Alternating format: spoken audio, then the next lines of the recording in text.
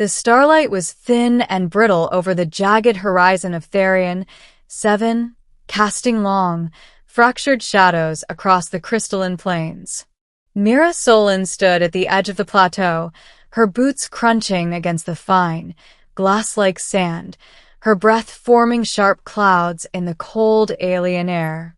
She had come here seeking answers to questions that had gnawed her since childhood, questions the Academy had always dismissed as impossible. "How can they speak?" she whispered to herself, scanning the sky.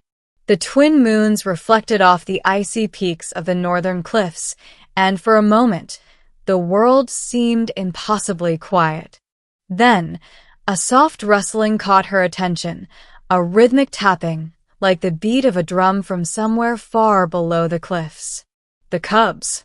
Ever since the reports had emerged from the northern quadrant of Therion 7, the scientific community had been both terrified and fascinated. They were small, quadrupedal creatures with translucent fur and glowing eyes, and most intriguingly, they were highly intelligent. Not just intelligent, telepathically intelligent. Mira had spent months trying to understand them through data feeds and satellite imaging, but seeing them in person was unlike anything she had imagined. Two of the cubs emerged from the crystalline crevices below, their bodies shimmering with faint, phosphorescent light. Their movements were fluid and deliberate, their eyes fixated on Mira. She felt a wave of nervous excitement. She had been trained to suppress emotion in fieldwork, but now her heart hammered like a drum in her chest. "Hello," she asked softly. Her voice seemed to vanish into the thin air, absorbed by the emptiness of the plateau. One of the cubs tilted its head, its translucent ears flicking in response. Then, almost imperceptibly, a pulse of thought reached her mind. "Why are you here?" Mira froze. This was no translation or computer mediation. This was direct telepathy. Her lips parted, but she spoke only in her mind. "I want answers. Answers about your kind, about everything the Academy won't tell me." The cubs exchanged a glance. Their glow intensified, brightening the icy sands around them. Answers come at a cost.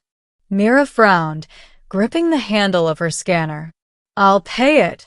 The larger cub stepped forward, and Mira felt her mind tingle as if her skull were being lightly tapped from the inside.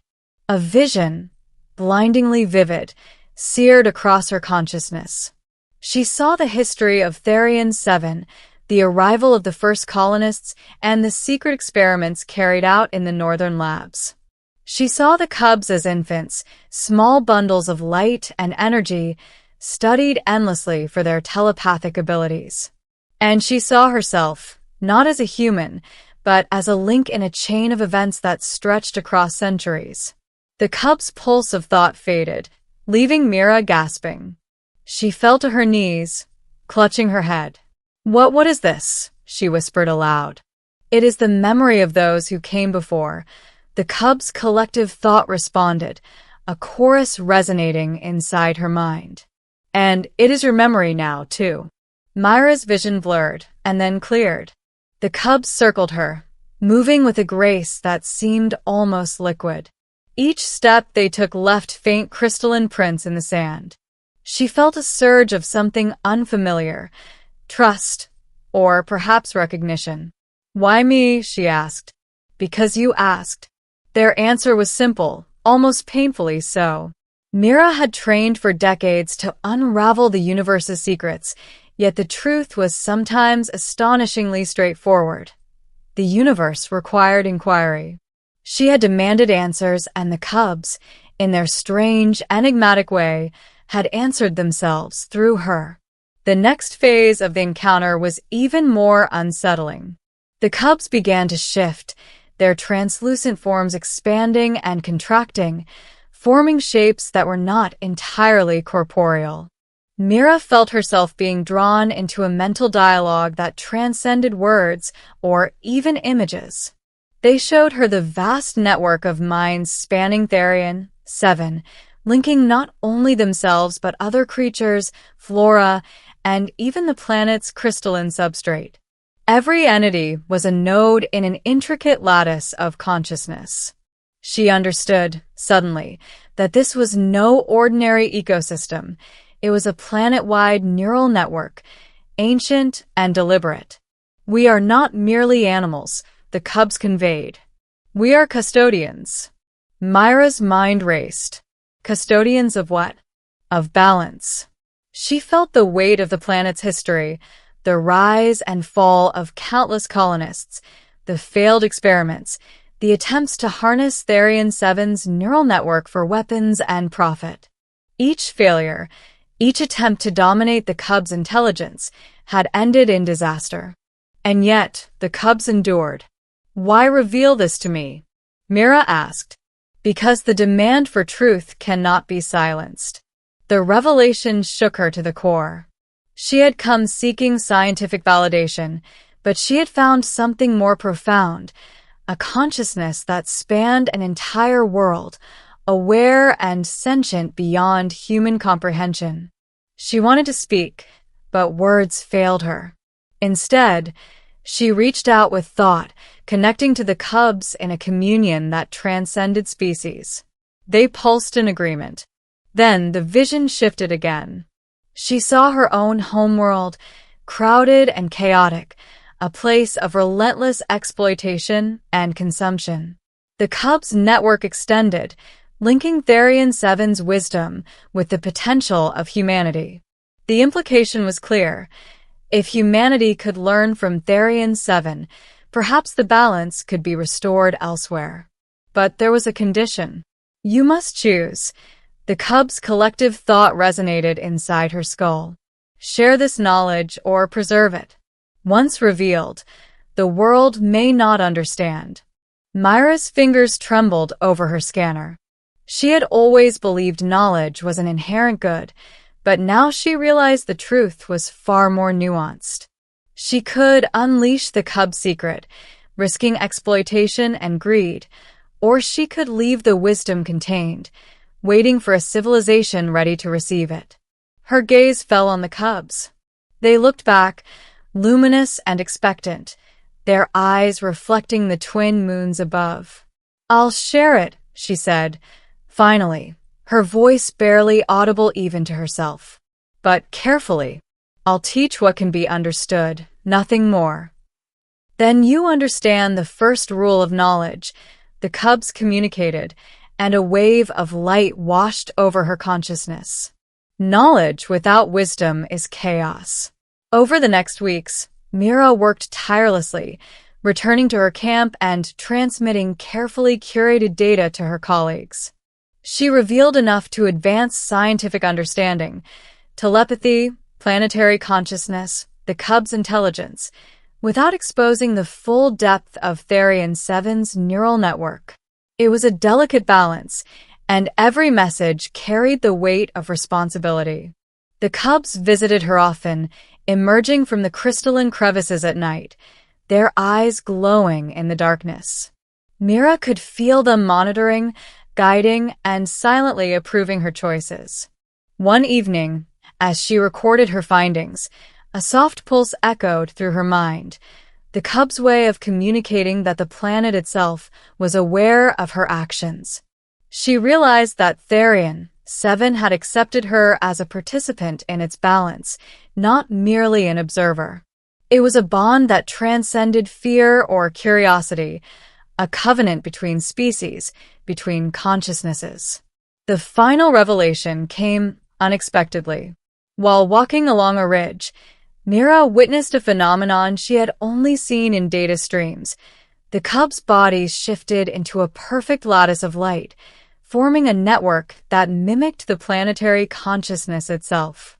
"You asked, and we answered," the collective thought resonated, this time more like a song than a message. But remember, questions are infinite. The journey is endless. Myra felt tears streak her face, though they froze instantly in the cold air. For the first time in her life, she understood the weight of true inquiry, Not the pursuit of knowledge as a commodity, but the pursuit of understanding as a responsibility. The cubs had given her the answers, but more importantly, they had given her the wisdom to wield them. As she descended back to her camp, the twin moons reflecting in the crystalline sands, Mira knew that her life, and perhaps the life of humanity, had been irrevocably changed. She had demanded answers, and in return, the cubs had answered themselves. The sky above Therion, 7 was quiet, but alive with unseen thought, humming softly beneath the thin veil of starlight. Mira smiled. This was only the beginning. Myra's feet crunched over the crystalline sands as she returned from the ridge, her thoughts swirling with the enormity of what she had witnessed. The cubs' network of light, their perfect lattice spanning the plateau, had imprinted itself on her consciousness.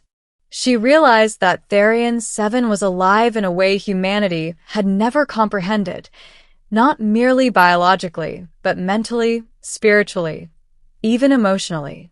For a moment, she allowed herself to imagine the chaos if this knowledge fell into human hands without caution.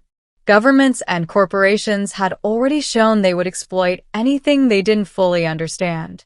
She shivered. The cubs had made it clear. Knowledge demanded wisdom, and she would carry that responsibility. When she reached her camp, the cubs were waiting.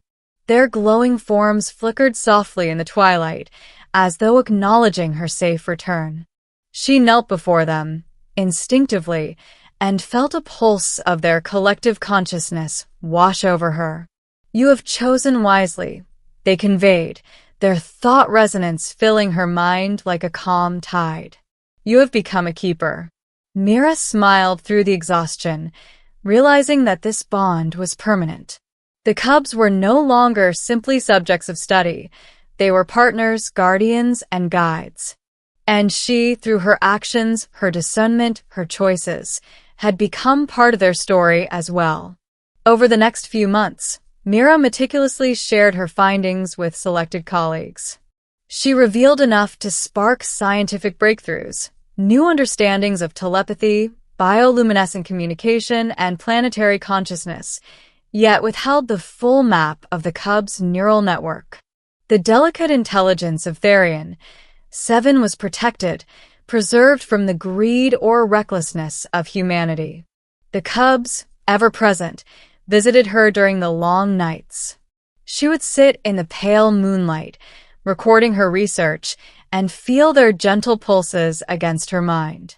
Each visit reminded her that she was no longer alone, that she had allies in a form of consciousness far greater than herself.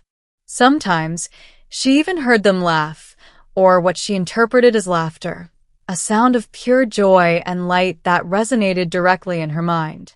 One evening, as she gazed across the crystalline plains, the cubs initiated a final display.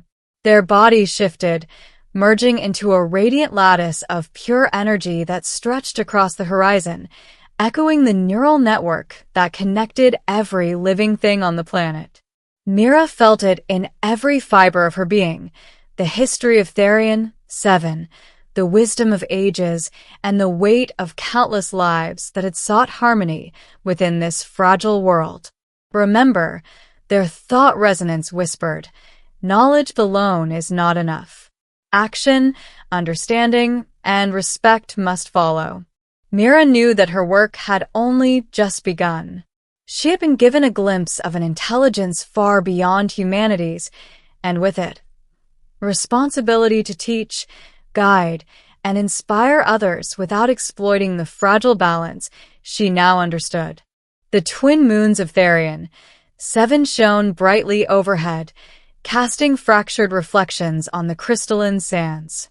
Mira stood, taking a deep breath of the cold alien air. She felt a profound sense of connection to the cubs, to the planet, and to the universe itself. Every step she took was deliberate, measured, mindful of the knowledge she carried and the consequences it entailed. As she prepared to transmit her final report to the Academy, a soft pulse in her mind signaled the cubs' farewell, though not goodbye.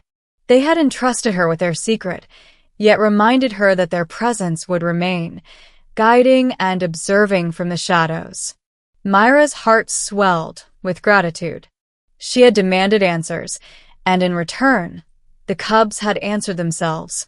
But in doing so, they had also given her purpose, wisdom, and the beginning of a lifelong journey that would shape not just her life, but perhaps the future of human understanding. The sky above Therion, 7 remained silent, yet alive with unseen thought, a living symphony of consciousness that hummed beneath the stars. Mira looked up at it, feeling for the first time the profound truth that had always eluded her. Some questions are infinite, and the courage to seek answers is the first step toward understanding. With renewed resolve, she activated her transmitter. The knowledge she shared would be careful, deliberate, transformative, but never destructive. The cubs had entrusted her with more than secrets. They had entrusted her with the future. And in that moment, under the twin moons of a distant world, Mira understood that the universe was speaking, and if she listened, truly listened, she would never stop learning. The cubs flickered in the distance, a living constellation of hope and wisdom, their glow a gentle reminder that even in the cold expanse of space, intelligence, compassion, and balance could thrive. This is only the beginning, she thought, as the wind swept across the crystalline plains. The beginning of everything.